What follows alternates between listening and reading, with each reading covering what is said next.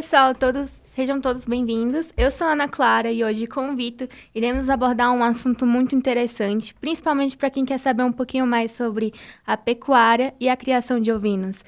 E também trouxemos um convidado muito interessante e que tem uma trajetória bem inspiradora, começou numa área diferente e acabou se apaixonando pela área rural.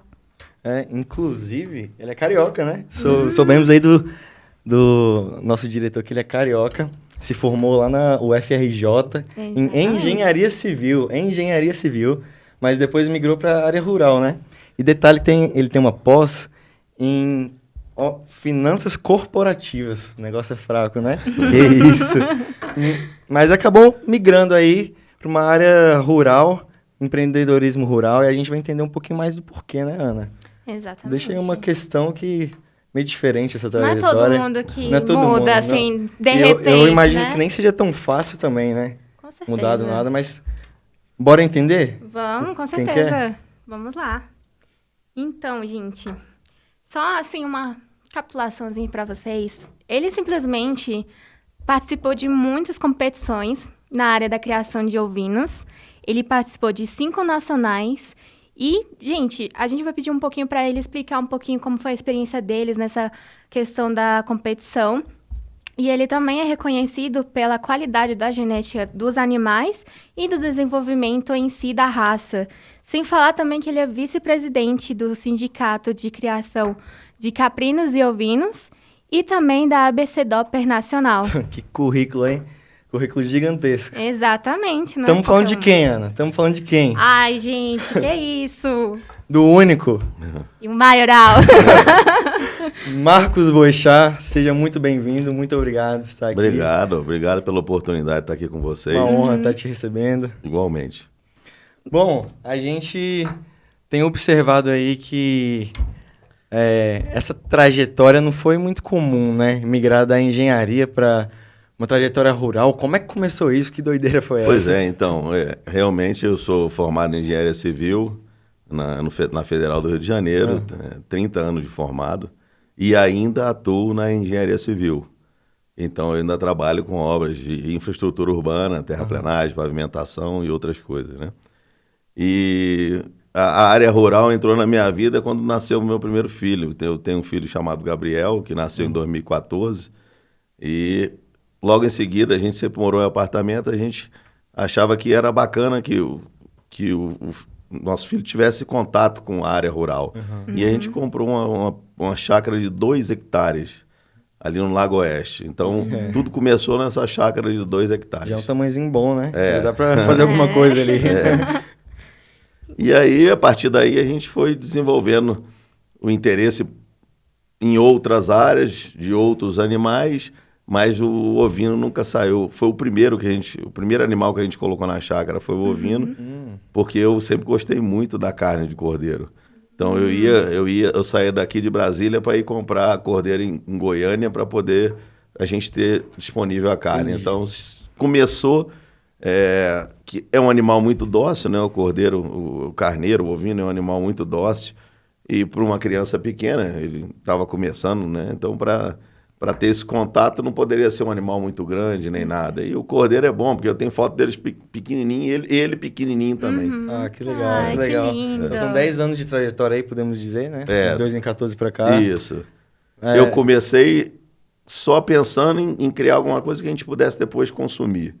E aí a coisa foi evoluindo demais, até rápido demais, até chegar ao ponto da gente ter um rebanho aí, um dos maiores daqui da região. Tá. Mas esse consumo que você fala aí é própria família ou para venda também? Não, era para família mesmo, que eu sempre gostei de assar uma paleta, um carrezinho, etc. Churrasquinho no domingo, né? Fogo de chão. Aí eu buscava lá, lá em Goiânia. Aí eu falei, não, vou criar aqui. Aí comprei umas matrizes mestiças, né? E um reprodutor White Dorper primeiro, depois um reprodutor Dorper. Entendi. Aí comecei na carne. Entendi. Então, no início, a genética já não era aquela qualidade de Eu nem sabia, porque quando eu comecei a criar, não tinha noção do que era genética, do que era isso. Então, depois que eu fui vendo que, por exemplo, um rebanho, mesmo sendo comercial, precisava de um reprodutor puro para que a gente tivesse uma qualidade de carne melhor. Aí eu comecei a procurar reprodutores que pudessem me dar uma qualidade de carne melhor. Depois é que eu fui aprender o que era genética e aí comecei a criar genética e carne ao mesmo tempo. Fantástico. Perfeito. Fantástico. Interessante demais. Eu queria entender por que você saiu do Rio de Janeiro e veio para Brasília. Teve algum motivo em especial? Não, vim para trabalhar mesmo. Trabalho, né? Na área de engenharia civil, eu me formei em 94 e em 98 eu vim para cá. Veio pra cá em 98. E desde então eu trabalho com a parte de engenharia civil, presto serviço aqui para alguns órgãos públicos. Correria, hein? Nossa, mas para conciliar isso tudo, vida de pai, de empresário, de fazendeiro, de vice-presidente, de engenheiro. Então, mas eu acho que essa é uma das dificuldades que nós estamos tendo no Brasil, não é só no setor da ovinocultura, mas como um todo, né? É a falta de mão de obra qualificada, né? Então, eu tenho, graças a Deus, algumas pessoas chaves na engenharia, na parte de criação de ovinos, né? Então, a gente distribui um pouco as responsabilidades e as tarefas. Então, é importante você ter alguém que possa estar fazendo o trabalho abaixo de você. Nossa, aí a confiança deve ser, né? Tem que ter uma confiança muito grande. Tem, não são qualquer funcionários, né? Isso. Isso é muito bom de saber, né? Porque a gente sempre vê muitos proprietários tendo dificuldade com pessoas que vão cuidar dos animais, né? Porque tem muito, querendo ou não, a gente não pode, né, deixar de falar que tem muita gente que maltrata os animais, né? Então, ter uma pessoa ali de confiança cuidando dos seus animais é muito importante. Então, no início das suas atividades, quais foram os seus principais desafios que você enfrentou, principalmente na questão também financeira, que eu sei que não é uma forma fácil de entrar. Então, essa parte seria muito interessante. Então, como eu disse, a chácara, ela tem 2 hectares, né? E a gente sabe que 2 hectares não é para um rebanho tão grande. Sim. E as coisas foram acontecendo de uma forma muito rápida. Então, a gente foi aumentando demais o rebanho.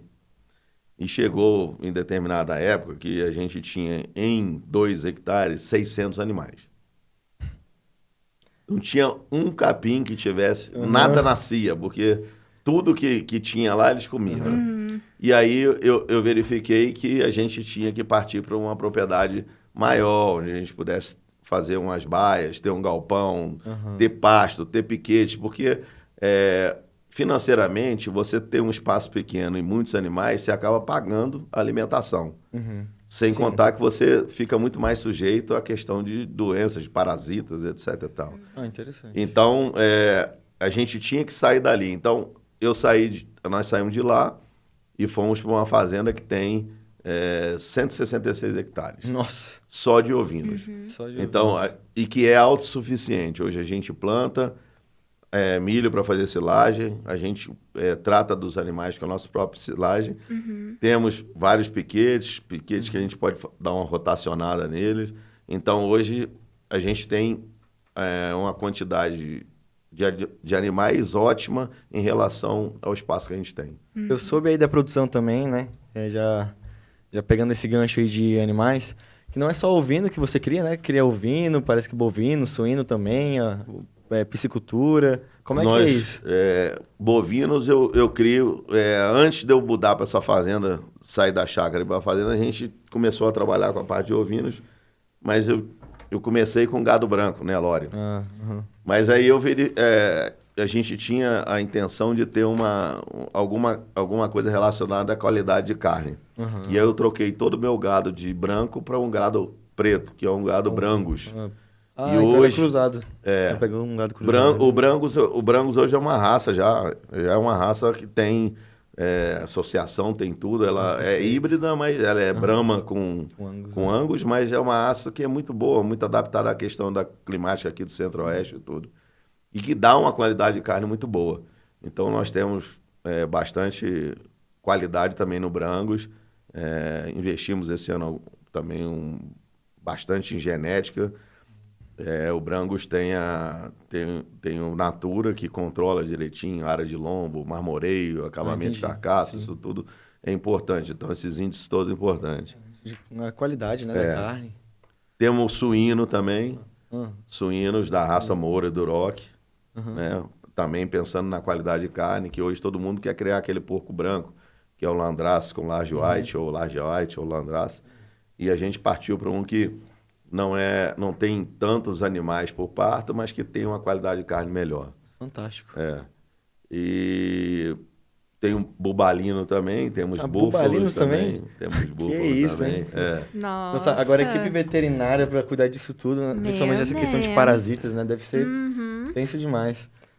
E agora estamos colocando peixe. Ano que vem vamos ter peixe. Já vai colocar... Vamos ter pirarucu, tambaqui, Botar uma tilápia pintado também. real e tilápia. Nossa, só tudo peixe de qualidade. Para venda também. Tudo para a questão de tentar trazer uma qualidade de carne. Todo mundo está falando muito na qualidade da carne hoje em dia, e isso eu acho que é muito importante. E todo mundo procura isso, que dentro do que pode, estar comendo uma carne de melhor qualidade. E o Brasil tem avançado muito nisso, né? Nessa questão de melhoramento genético. É fantástico. Mas na questão dos parasitas, principalmente... Vamos puxar um ganchinho aí só? Vamos fazer uma pausinha só para me explicar para o pessoal um pouco sobre essa questão da contextualização. O nosso trabalho em si, ele tem um foco em parasitas, principalmente em ovinos. E o que acontece? A gente fez uma pesquisa bem a fundo, fomos atrás de muitos artigos científicos e descobrimos que existem 2 tipos de parasitas que são mais comuns nos rebanhos, que é o Hemoncus contortus e o T. columbiformes. Na descrição do vídeo vai estar tudo certinho, o nome bonitinho. Para quem quiser verificar um pouquinho mais, né, pesquisar um pouco, fique à vontade. Também temos episódios específicos para cada um deles. Então, com nossas pesquisas, a gente percebeu que eles vão impactar muito a produção. Por quê? Porque ele vai diretamente para o sistema digestivo do animal. E o que acontece? O Hemoncus, ele vai se fixar na parte do estômago do animal.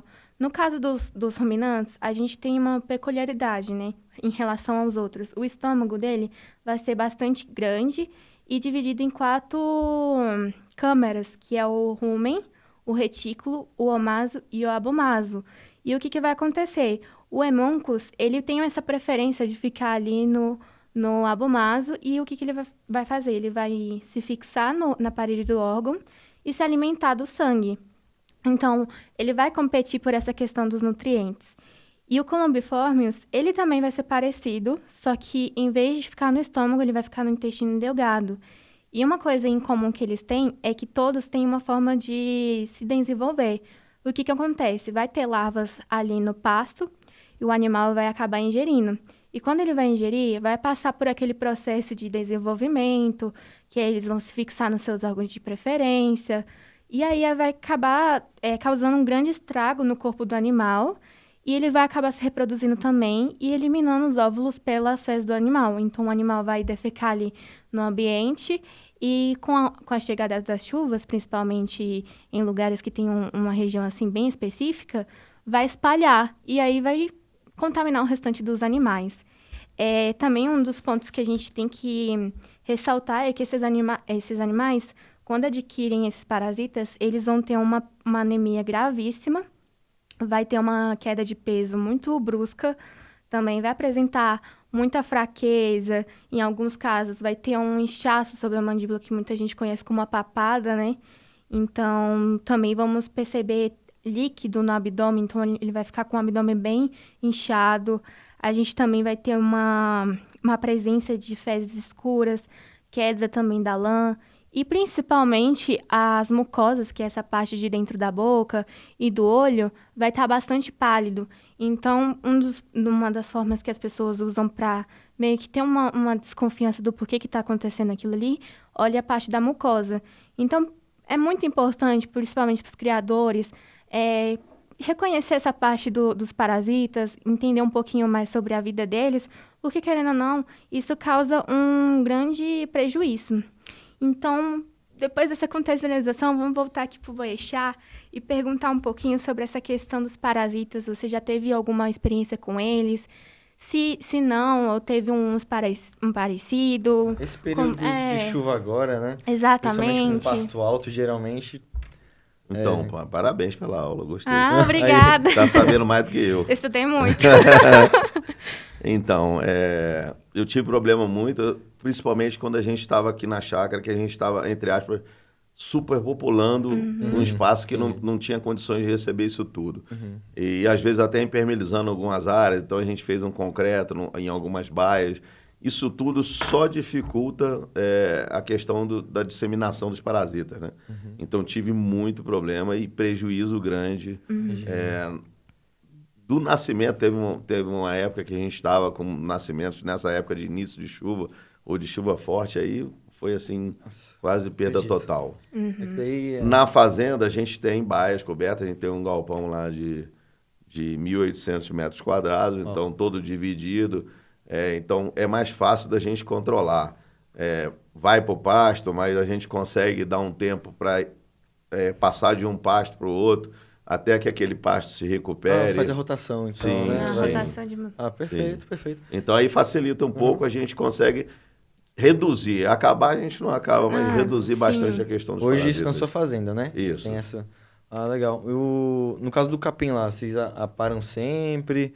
Ou nem precisa disso? Acho que não dá tempo, não. Nem dá tempo, né? Não dá tempo, não. Nem dá tempo. Os animais mesmo aparam, mesmo. Não, teve umas fazendas do Clarinha que eu cheguei a visitar, que infelizmente ele tinha um capim alto. Aí o animal defecava lá, aí ninguém aparava o capim, o animal não conseguia comer o capim. E quando ia comer, tava com fezes contaminadas. Então, o que a gente faz, assim? Eu já tive época que o capim cresceu mais do que poderia crescer e que não daria mais para colocar os ovinos lá. Duas soluções que a gente pode ter. Primeiro, colocar bovino e deixar pastejar, ou fazer uma silagem. Até já fiz silagem de capim. Interessante. Então, a mesma máquina que faz silagem de milho, você usa ela para fazer silagem de capim. Interessante. E você disse que o milho vocês plantam lá também, né? Tudo é subsistência lá? A gente planta 40 hectares de milho nessa fazenda para fazer silagem. Esse ano nós não... ano passado eu plantei até 2 vezes uma para grão. Esse ano nós vamos plantar só uma para milho, para fazer silagem de milho, para os ovinos, 100% para os ovinos, e eu vou plantar um capim, um miag depois, para poder fazer silagem dele também. Então não vou ter safrinha, não vai ter safrinha. Entendi. Você estava falando sobre essa questão do manejo. Como que vocês fazem, assim, de uma forma mais, assim, detalhada para o pessoal? Porque tem muita gente que não sabe como que funciona, né? Em algumas fazendas que eu visitei, eles faziam o seguinte, eles separavam os animais de acordo com a idade, por exemplo, de 1 a 2 anos, e deixava as fêmeas separadas dos machos, a não ser que seja na época de monta, né? E aí eles deixavam de uma forma que metade do campo deles eles consumiam e a outra metade deixava meio que, entre aspas, de reserva ali. E aí depois fazia a rotação. Então, a divisão de baias e, consequentemente, de pastos é bem importante, né? Nós devemos ter um rebanho de animais puros hoje na faixa de 200 animais. Né? O restante são animais mestiços, alguns para corte e a grande parte são receptoras. Então, por exemplo, hoje nós iniciamos um procedimento de transferência de embriões. Então, hoje nós começamos um medicamento nas doadoras, serão 22 doadoras, 2 dias, 11 white, 11 dorper, se até depois vocês quiserem acompanhar a coleta. Então, a gente começou hoje. Para isso, a gente está com 180 receptores em protocolo também. Está um protocolo hormonal, né? Isso, exatamente. E nós temos, por exemplo, 186 receptoras de um protocolo de agosto, final de agosto, início de setembro, que estão já confirmadas. Então, grande parte do rebanho que a gente tem são barrigas de aluguel, são receptores que estão carregando algum produto muito bom ali dentro, que normalmente é da transferência de embrião da gente. Interessante essa parte da transferência de embrião, porque, por exemplo, com bovinos eu sei que vem de alguns lugares específicos, né? Agora, de ovinos eu nunca ouvi falar assim. De onde que vem esses embriões? É um laboratório próprio de vocês? Não, assim, aqui no Brasil tem profissionais, vários profissionais. Em Brasília, acho que ninguém está fazendo. Tem gente que faz inseminação. Mas laboratório próprio aqui em Brasília? Não tem. Aí a gente chama alguém de fora, as matrizes são nossas, os reprodutores a gente pode usar nossa ou pode usar de São Paulo, que o sêmen chega via avião, mas a gente faz e implanta. O que acontece? a transferência de embrião de ovinos, ela é diferente da FIV bovina, né? Então, a transferência de embrião, você insemina a doadora. Sim. E depois você já tira os óvulos. Então você faz a fresca você já tira o embrião pronto. A única diferença é que uma égua normalmente dá um ou dois embriões no máximo. Isso, no máximo 2. Não, no máximo 2. A gente teve, por exemplo, nessa última coleta, uma ovelha nossa que deu 27 embriões. Nossa! Tá. É bem aí já pega um gancho para uma coisa interessante. Qual que é a vantagem de estar criando, por exemplo, ovino em cima de bovino, né? Assim, por que não só bovino? Por que não só bubalino? Por que focar nessa de ovino?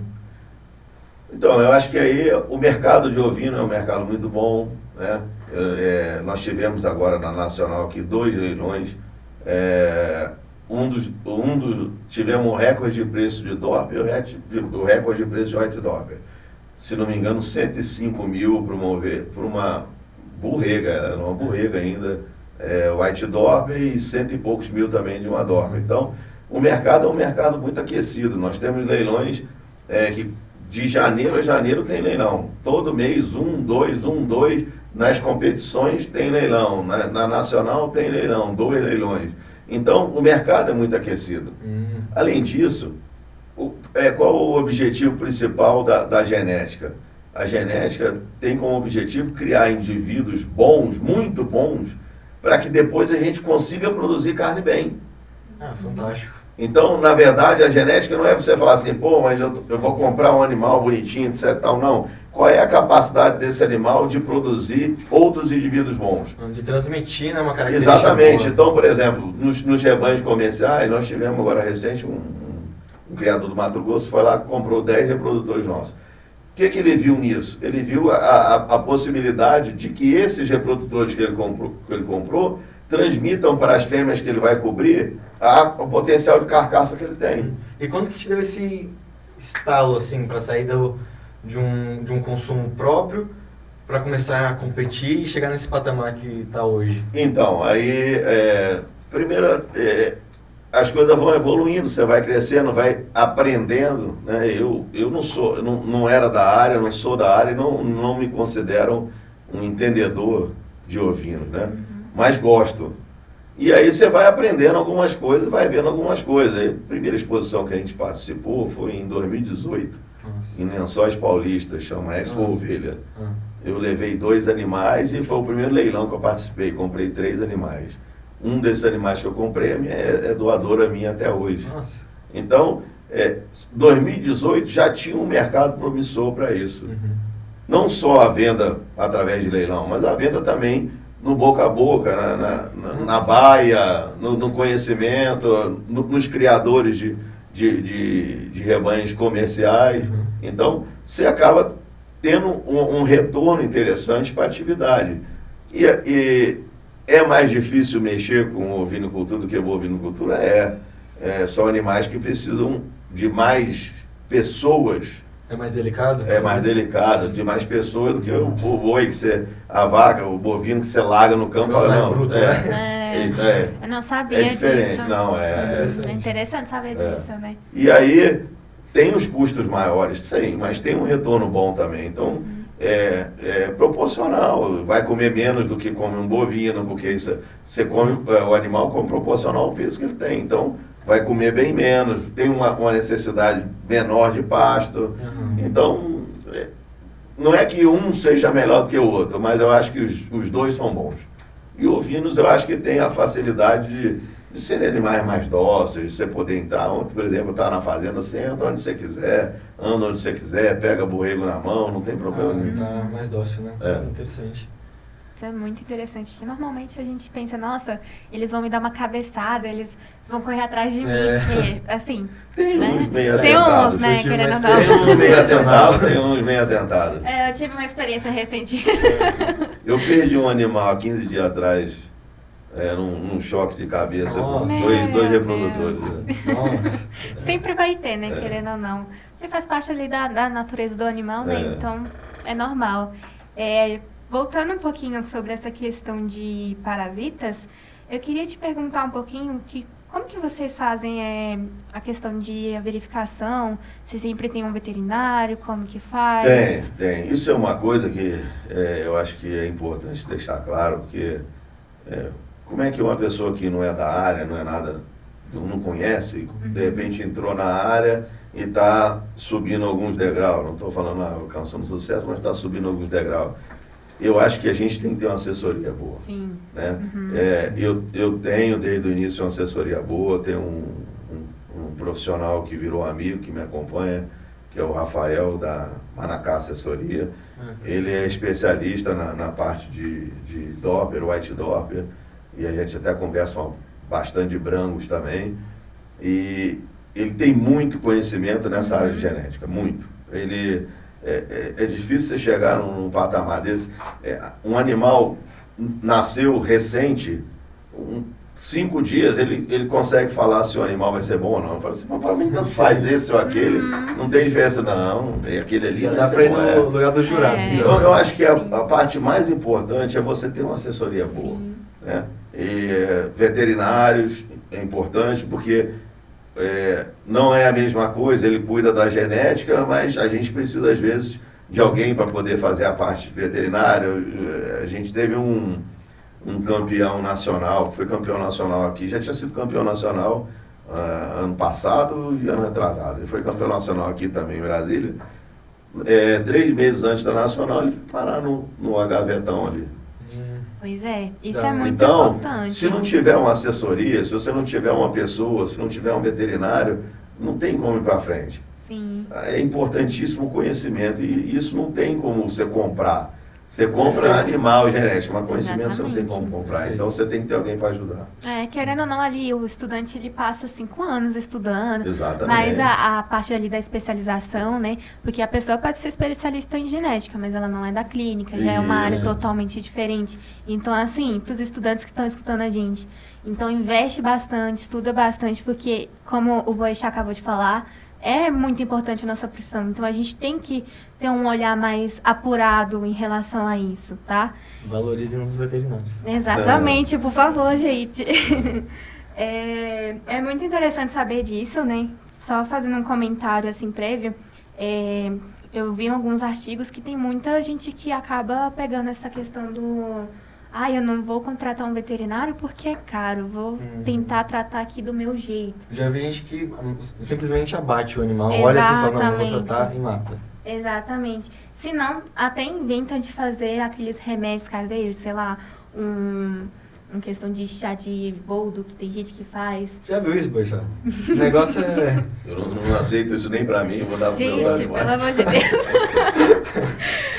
Tudo bem que tem alguns que a gente sabe que tem comprovação medicinal, né? Mas também vamos atrás de um profissional, né? Porque às vezes pode fazer mal. A indústria farmacêutica hoje, no geral, tanto medicamento para humanos quanto para animais, está lá na frente, né? Pesquisa e mais pesquisa. Então, Exatamente. A gente tem hoje remédio para tudo que pode resolver a coisa muito mais rápido. Não que os outros não sejam efetivos, mas a gente tem remédio para resolver muita coisa hoje na mão. Mas é isso.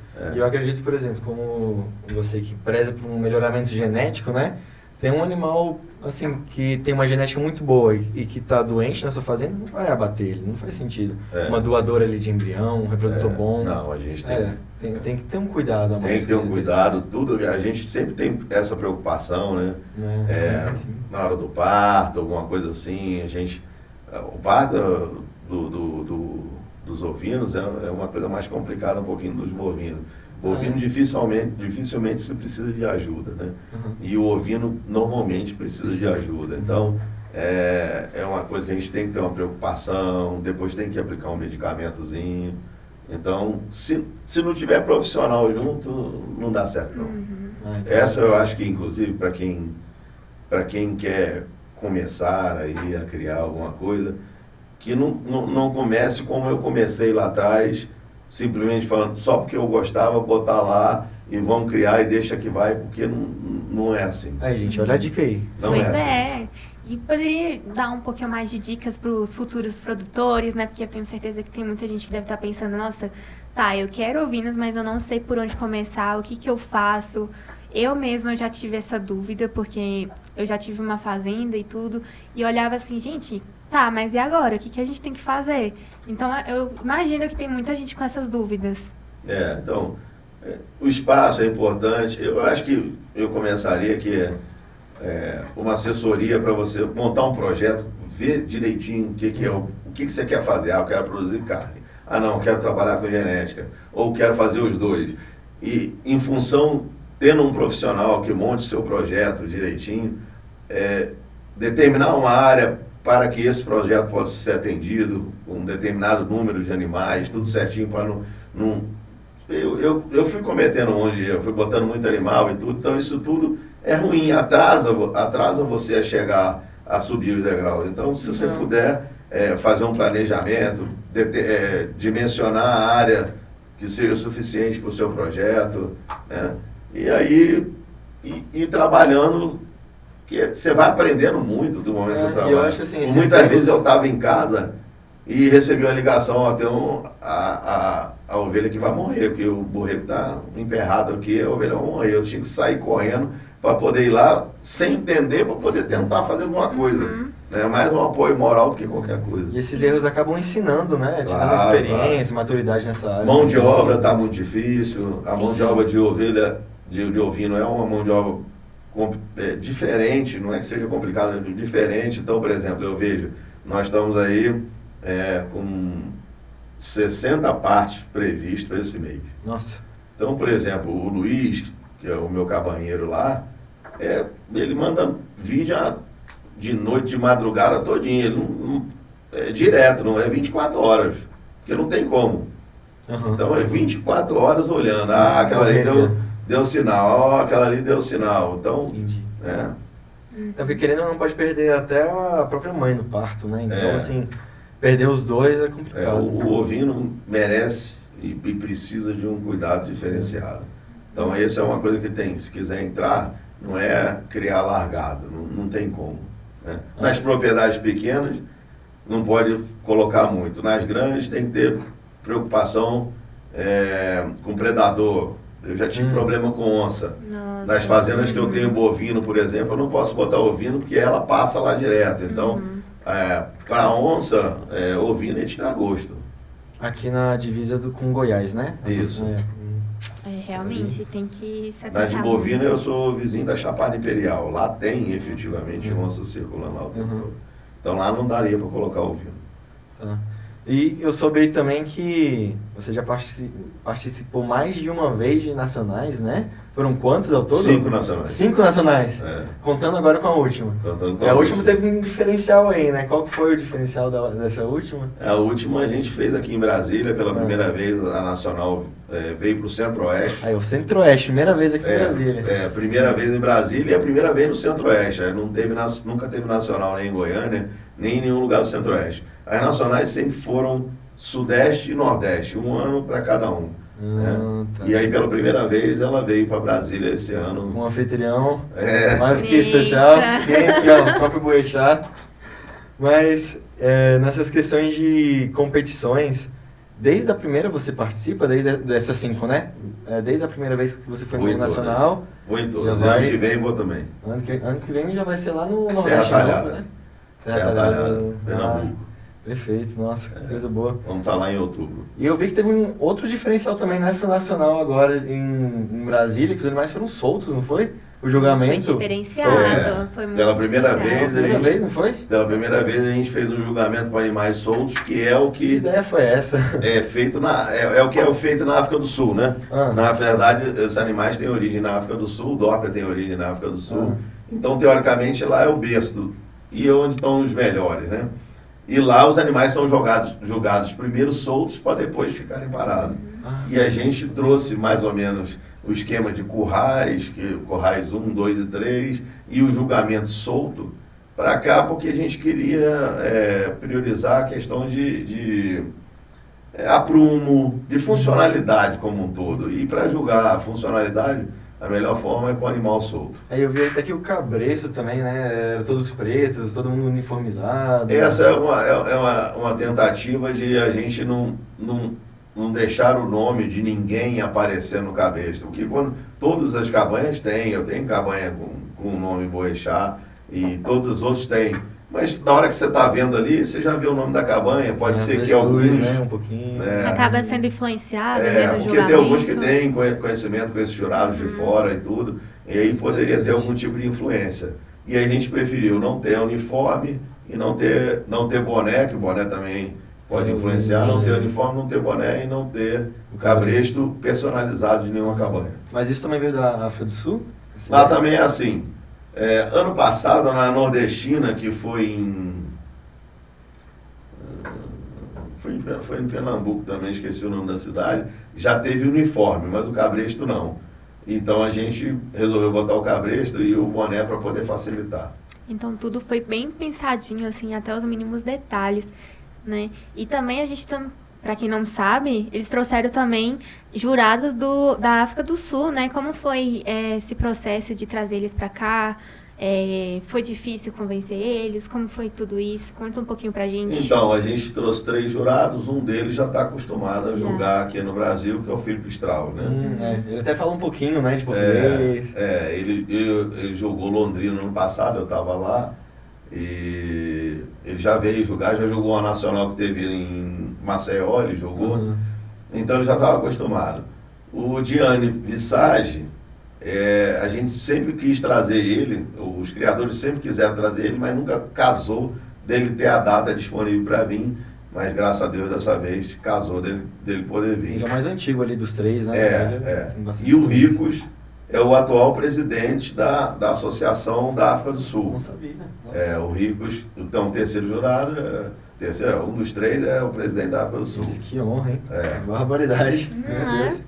Eu não sabia muito acho que sobre eles. deixa um legado de uma exposição diferente. Foram recordes, né, batidos? Recordes de animais, recordes de criadores, recordes do leilão. E a gente deixou um legado que até para os outros vai exigir que as próximas exposições tenham um nível mais alto. Mas é bom que tende a crescer, né? Isso, agora é alavancar, né? Aumentar também a visibilidade dos ovinos, né? Porque tem muita gente que não se interessa, né, nessa área. Brasília, infelizmente, tem isso bastante, né? Que as pessoas não conhecem muito de ovino. E acho que até deveria ser diferente ou ao contrário, porque tem várias propriedades pequenas aqui que poderiam estar criando ovinos, né? E acabam, por falta de conhecimento, alguma coisa assim, não estão trabalhando nessa área. Mas a gente poderia ter várias propriedades de criação de ovinos aí. E hoje o ovino é só Doppler e White Doppler, na sua? Não, na minha eu tenho também do rebanho comercial mestiços com santinês. Tá. Então, parte das receptoras tem santinês no meio. Interessante. Eu não tenho nada puro de santinês, mas eu tenho também mestiços de santinês, tanto para abate, tanto para produção de carne, quanto para produção de receptora. Muito interessante esse pensamento. Também a gente estava querendo saber um pouquinho sobre essa questão do terreno geográfico. Você sabe um pouquinho sobre isso? Quais raças você acha que mais se adapta, principalmente aqui no DF? Então, eu sou suspeito para poder falar de tudo. Eu adoro a raça Doppler e White Doppler. Aliás, gosto mais da White Doppler que da Doppler. E aí, eles se adaptam muito bem a esse clima, que a gente tem uma peculiaridade aqui no Distrito Federal, no Centro-Oeste também, que é esse período que a gente fica sem chuva nenhuma. Então, a gente passa quase 6 meses sem nada de chuva. Então, praticamente num clima desértico, que não tem chuva nenhuma. Seca, né? Seca e baixa. Quando chega junho, julho, frio demais. Então, para você se adaptar, é complicado. Depois você vê um período de muita chuva e muito calor, né? Eu acho que, por exemplo, trazer animais com lã para cá, talvez não desse um retorno que a gente tem hoje na raça Doppler e White Doppler. Mas o santinês, tem criadores de santinês aqui, tanto em Brasília quanto no Goiás. E o santinês, se eu não me engano, ele é criado também até no Nordeste, né? Essa região mais árida. Muito, é uma raça daqui do Brasil, o santinês é uma raça nossa. E tem muitos criadores no Nordeste. Mas tem gente também, eu ouvi dizer que aqui em Goiânia agora tem gente usando Suffolk para poder fazer um cruzamento também com Doppler, com White Doppler. Nossa. Interessante, né? Acho que depende da pessoa, né? Depende do objetivo, digamos assim. Né? E é interessante que a gente faça assim, ter um controle de ganho de peso, de tudo, para depois a gente poder ter saber se funcionou ou não funcionou. Né? Agora, na sua fazenda também trabalha com essa questão de precocidade, peso ao desmama, que nem com bovinos, também trabalha com ovinos, a mesma coisa? Também. Sempre focando em animais. Nasceu, pesou. Ah, tá, interessante. Entendi. Então, nasceu, pesou, depois a gente vai pesando enquanto ainda está mamando de mês em mês, e depois que a gente desmama, a gente começa a pesar de 15 em 15, mas tem controle direto. Uhum. Só puxando um gancho aqui pro pessoal, né? Gente, quando a gente se trata um pouco sobre genética, a gente tem que levar em conta também a questão da região, que nem o Boechat estava falando. Porque você pode ter uma raça muito, muito boa, só que ela não é adaptável para aquele clima, para aquele ambiente. Então, quando você pensa em criar um tipo de raça, você tem que ir atrás de informação para entender se ela vai conseguir se adaptar de uma forma correta para você não ter prejuízos, né? Que nem o Boechat estava comentando aqui com a gente, tá? E pensando na questão do futuro, Boechat, como você pretende alcançar suas metas, quais são? Você pode falar, né? Claro, né? Também se puder falar, se não puder, tá tudo bem. Quando a gente começa a trabalhar com genética, é óbvio, a gente faz a gente compra animais de outras pessoas. A gente estuda os animais, vê a genética deles e compra. Então você vai comprando animais com outros afixos, não com o nome Boechat. Né? Eu acho que a meta, que é meu sonho, é um dia poder participar de uma nacional tendo só animais com afixo Boechat. Entendi. Eu cheguei a observar no catálogo que sempre fica assim, fulana de tal da Lucati, fulana de tal da Five Stars. Né? Isso, exatamente. Assim. Então tem o nome da cabanha primeiro, aí depois vem uma sigla, o que for transferência de embrião vem TE, o que for inseminação artificial vem IA, e o que for monta natural não vem nada. Então vem o nome da cabanha, essa sigla, um nome que você dá para cada animal, então ainda tem isso, você escolhe um nome para cada animal, e o número que também você dá, que normalmente é uma sequência dos números que você já tem. Sim, eu vi isso mesmo. Então tem criadores que hoje, a Buriá, que é da Bahia, que é um dos maiores criadores, se não o maior criador do Brasil, que foi quem começou a importar os embriões da África. Eles começaram? Mais de 20 anos atrás. Então, eles já passaram de 10 mil há muito tempo. Nossa, muito interessante isso. Eu cheguei a ver. Aí começaram a botar letras para poder facilitar. A, B, C. Eu cheguei a ver no leilão lá. Acho que era o Rafael que estava te acompanhando, né? Comprando ali. Só um pouquinho de ovelha, né? Umas 2 ovelhinhas só, né? O leilão é bacana, eu acho que é uma festa pra gente também, né? É bastante interessante. Mas os leilões virtuais também têm dado um retorno muito bom.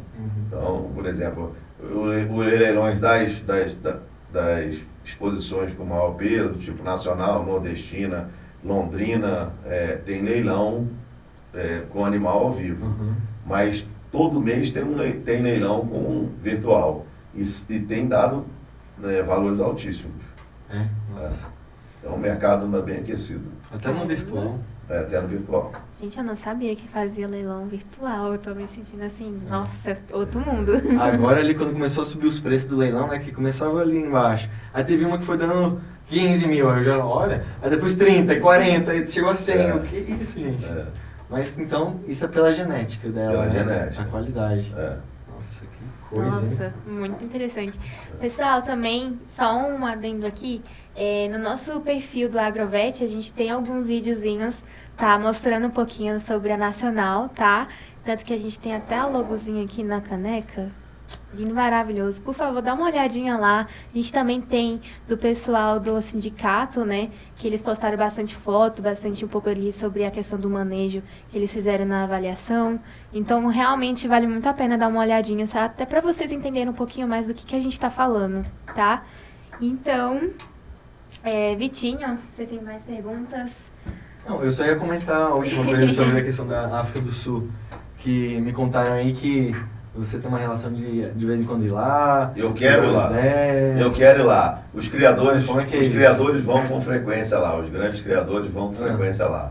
A Mas Nacional... é muito forte isso, assim, de criação. A Nacional lá ocorre de 2 em 2 anos. Então ela teve esse ano, 2024, lá. Vários criadores do Brasil foram para essa Nacional lá.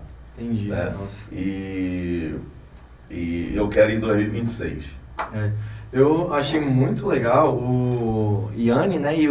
Acho que foi o Yanni e o outro jurado, esse que fala um pouquinho de português. Filipe Strauss. O Filipe, ele comentando que foi muito difícil julgar aqui no Brasil, porque a qualidade genética dos animais aqui era altíssima, né? E ele ficou, assim, admirado com aquilo tudo. Então, assim, é a prova que o trabalho tá dando certo. Eu acho que... É a prova. Eu até fico arrepiado de falar, mas a gente fez a grande campeã nacional Dorper. Ano passado não foi? Esse ano também? Esse ano a Cabeça Preta é uma Cordeiro Medalha Vila. Ela é filha de um animal, que é a Bacurizinho 591, que eu tenho em parceria com o Pedro da Cordeiro Medalha. E aí nasceram 2 animais, e o Pedro, que é um cara sensacional, um parceiro muito amigo, e ele falou assim, cara, são 2 animais tão bons que a gente não vai dividir. Vamos ficar sócios desses animais também. Eu falei, então tá bom. Que legal, tem a sociedade também. Achei que era só com bovino, não, também. Tem também. Interessante. E aí essa borrega, que ela é uma borrega ainda, teve um elogio justamente do Ricos e do Filipe Strauss, dizendo que era a melhor fêmea que eles já tinham visto. Nossa! Que isso? E aqui no Brasil, sendo que é uma raça de lá, né? E eles são criadores lá. É um baita elogio. Eles são criadores lá. Nossa. Caramba. Então, um elogio desse pra gente realmente é motivo de orgulho. Não, parabéns, e eles falaram mesmo que Isso. gostaram muito do nível aqui. E eu acho que a gente tem evoluído bastante. A gente, sem dúvida nenhuma, da América como um todo. Nós somos um dos 3 melhores rebanhos de Dorper do mundo. Eu acho que o agro no Brasil é muito forte. Né? O agro, em geral, no Brasil tem um peso mundial, digamos assim. Eu arrisco dizer mundial. Agora nós estamos lutando, eu faço parte da Câmara Setorial de Ovinos e Caprinos do MAPA, do Ministério da Agricultura e Pecuária. Nós estamos lutando aí para liberar as exportações, para a gente começar a exportar oficialmente embriões para o Paraguai, Uruguai, Argentina, México, etc. Vai revolucionar o mercado. Lá em Embrapa ajudava, não ajudava antigamente? Ajudava. Hoje a gente ainda tem uma cadeia do Senar, de assessoria pelo Senar, a gente tem uma cadeia de assessoria pelo Senar, mas esse trabalho a gente está fazendo junto ao MAPA, mais direto junto com o MAPA mesmo. O sindicato tem uma cadeira lá e eu sou representante da VCDorp na Câmara Setorial. Essa área de reprodução está carecendo de profissional, né? Acho que aí, ó, quem quiser investir nessa área... Que o bovino já tem isso, né? Tem então bastante. O bovino já tem bastante centrais, já tem bastante trabalho com embriões de exportação. ABS gigantesca. E o ovino ainda não tem. Pois é. E profissionais que, igual você falou aí, você está correto, profissionais também, por exemplo. Quem vem fazer transferência de embrião aqui, normalmente são profissionais de fora. Olha só. Ou de São Paulo, ou do Sul, ou do Nordeste. Aqui nós não temos ninguém que trabalhe na área de transferência de embriões, de ovinos. Isso só reforça aquele pensamento que a gente estava falando, que aqui o pessoal ainda não valoriza muito os ovinos, né? Então é uma questão, assim, bastante importante. Mas nós temos laboratório aqui em Brasília, que são referências nacionais em termos de bovino. Então, por exemplo, o Maurício Peixe, ele já fez até clone de vaca, então... Sim. Já acompanhei alguns. Interessante que você falou dessa valorização, porque, por exemplo, eu vou no mercado hoje. Não é todo mercado que tem carne de cordeiro. Não é. Então, mas ainda assim tem um grande rebanho, mas não tem em todo mercado. Como é que...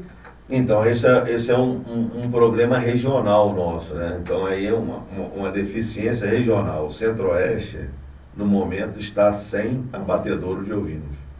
Então, em Brasília ninguém pode abater, no Goiás ninguém pode abater, não pode. Não tem a licença do Ministério da Agricultura ou do Gipova, no caso aqui de Brasília, para abater. E aí você fica limitado, porque, por exemplo, eu tenho que levar o animal para abater ou em São Paulo ou em Luiz Eduardo Magalhães. Então você vai num caminhão, carroceria, levando os animais vivos. depois você tem que mandar o caminhão ou pagar um frete de um baú frigorífico para poder trazer para cá. E o lucro em cima disso? Não tem jeito. Então fica inviável. Sim. Então essa é uma dificuldade, a gente tem tentado trabalhar junto ao DIPOV, junto ao Ministério da Agricultura e Pecuária, para poder liberar, que a gente precisa de plantas para pequenos criadores. Não adianta, no Nordeste tem grandes abatedouros que abatem 200, 300, 400 animais por dia. Mas é uma realidade do Nordeste, nós não temos um volume que justifique isso. Tá, só para o pessoal entender, o que é considerado um pequeno criador? Até quantos animais, mais ou menos assim? Eu estou falando assim, pequeno criador, porque eu falo o seguinte, se Brasília tivesse hoje um abatedor que pudesse abater 20 ou 30 animais por dia, já estaria mais do que suficiente para toda a cadeia durante alguns anos, incluindo o crescimento. Que não é um número muito então nós estamos falando 20, 30 animais por dia, contando os dias úteis, 600 animais mês. Acha que chega lá? Acho que a gente poderia chegar se a gente tivesse um abatedouro. A gente tem a sala de corte, eu mesmo tenho uma sala de corte que pode cortar a carcaça de ovino. Mas eu não posso abater. Então o que eu tenho que fazer? Eu compro uma carcaça de fora que tenha um CIF para poder chegar aqui e eu cortar. Entendi. Então essa é uma coisa que poderia incentivar bastante a ovinocultura em Brasília, no Centro-Oeste. Com certeza. Interessante. O que será que está faltando para esses profissionais? Será que Eu chega não nas sei. faculdades incentivando? Eu acho, sim, que deveria ter bastante essa questão de investir nas faculdades, né? Porque eu percebo que muitas pessoas não conhecem mesmo essa parte dos ovinos, principalmente os veterinários, né? As pessoas que estão na formação, Sim. né? Tem faculdade que tem muita gente que fica fechado só em equinos, só em bovinos, e não olha essa parte, né? Nem em suínos eles pensam na maioria das vezes, E né? essa questão da Nacional, com os estagiários lá, muita gente conheceu, teve contato pela primeira vez ali, né? Então, assim, acabou se interessando com isso. Talvez seja esse o segredo da coisa. Exatamente. Acho que também tem muitos profissionais que estão indo para o PET, né? Então, bastante. hoje tem o PET, o PET é um mercado fora do comum. Então tem muita gente que está indo para essa parte, né? E tá se dando bem, não é que seja ruim. Mas a gente precisa também de profissionais nas outras áreas também. Tem uma carência muito grande. É porque o Brasil é conhecido pela pecuária, né? Querendo ou não, pelo agro. Então, é bom ter bastante profissional nessa área, porque aí não fica com essa carência, né? Sim. Então, pessoal, mais uma vez, eu gostaria de agradecer para vocês terem escutado o nosso podcast. Também gostaria que vocês acessassem nosso Instagram, que vai estar na descrição do vídeo, tá? A gente é o Agrovete. Também trouxemos uma questão muito interessante para vocês, principalmente para os alunos do CEUB, né? Porque nós somos alunos do CEUB e a gente, junto com o pessoal do sindicato, levamos alguns dos nossos estudantes de medicina veterinária para conhecer essa parte da ovinocultura, né? No Nacional, que teve aqui em Brasília. Então, muitos tiveram a oportunidade de estar ali no bastidores e conhecer um pouquinho mais a fundo. E Boechat, foi uma honra ter você aqui com a gente, ter compartilhado o seu conhecimento. Realmente foi muito interessante e eu tenho certeza que muitos dos nossos espectadores tenham gostado também. E Vitinho... Não, tem mais. Para finalizar, não é só isso, não vai sair de mãos vazias. Não, que a é gente isso? preparou em parceria também com o nosso coordenador um negocinho aqui. Um vale aqui para comprar uma RAM 2.500. Brincadeira, gente, mas é um prêmio com muito carinho, muito... Opa. E tem uma surpresa aí dentro também, são duas partes, né? Boa. Aí o senhor sempre tá lembrando aí da gente, tá carregando as ovelhinhas aí dentro quando for pra viagem. Vem que boa. Vem aqui dentro? Bem que boa. Acho que é... Lá de fora. Bem de fora aí. Boa. Esse aí já dá pra fazer Tá certo. um vizinho aí, uma agendinha. E Obrigado olha só... aí, eu que agradeço por a oportunidade de estar aqui conversando com vocês. Quando vocês quiserem bater outro papo, eu estou à disposição e eu convido vocês e os amigos de vocês, seus obrigada. colegas de faculdade, a conhecer a Fazenda Boechat, a conhecer nossas instalações. Se vocês quiserem estar acompanhando agora, nós estamos, como eu disse, nós estamos iniciando um protocolo de uma transferência de embrião hoje. Começamos ontem o protocolo. Então, ele dura acho que 16 ou 17 dias. No final do protocolo, a gente faz a inseminação. Então, é um dia bacana que as doadoras estão lá, analisa, vê direitinho, faz a inseminação. Legal. E depois, 5 dias depois, nós temos a coleta dos embriões e implantação dos embriões nas receptoras. Se vocês quiserem acompanhar, está à disposição. Eu mando o calendário para vocês. Obrigada Perfeito. pela oportunidade. E quem quiser te achar no Instagram, tem o Instagram da Fazenda? Fazenda Boixá. Fazenda Boixá, gente. Fazenda Boixá. Lá. Eu vou colocar na descrição para vocês darem uma olhadinha. É. E, pessoal, olha, não foi só o Selby que preparou essa lembrancinha, vamos dizer assim. O Agrovet também fez um especial para você, que é a nossa canequinha do Agrovet. Aí. Vou poder Tá? levar. Exatamente. Foi feito com muito carinho. A gente espera que você tenha gostado bastante. E até a próxima. Até a próxima. Tchau, pessoal. Tchau, gente. Valeu.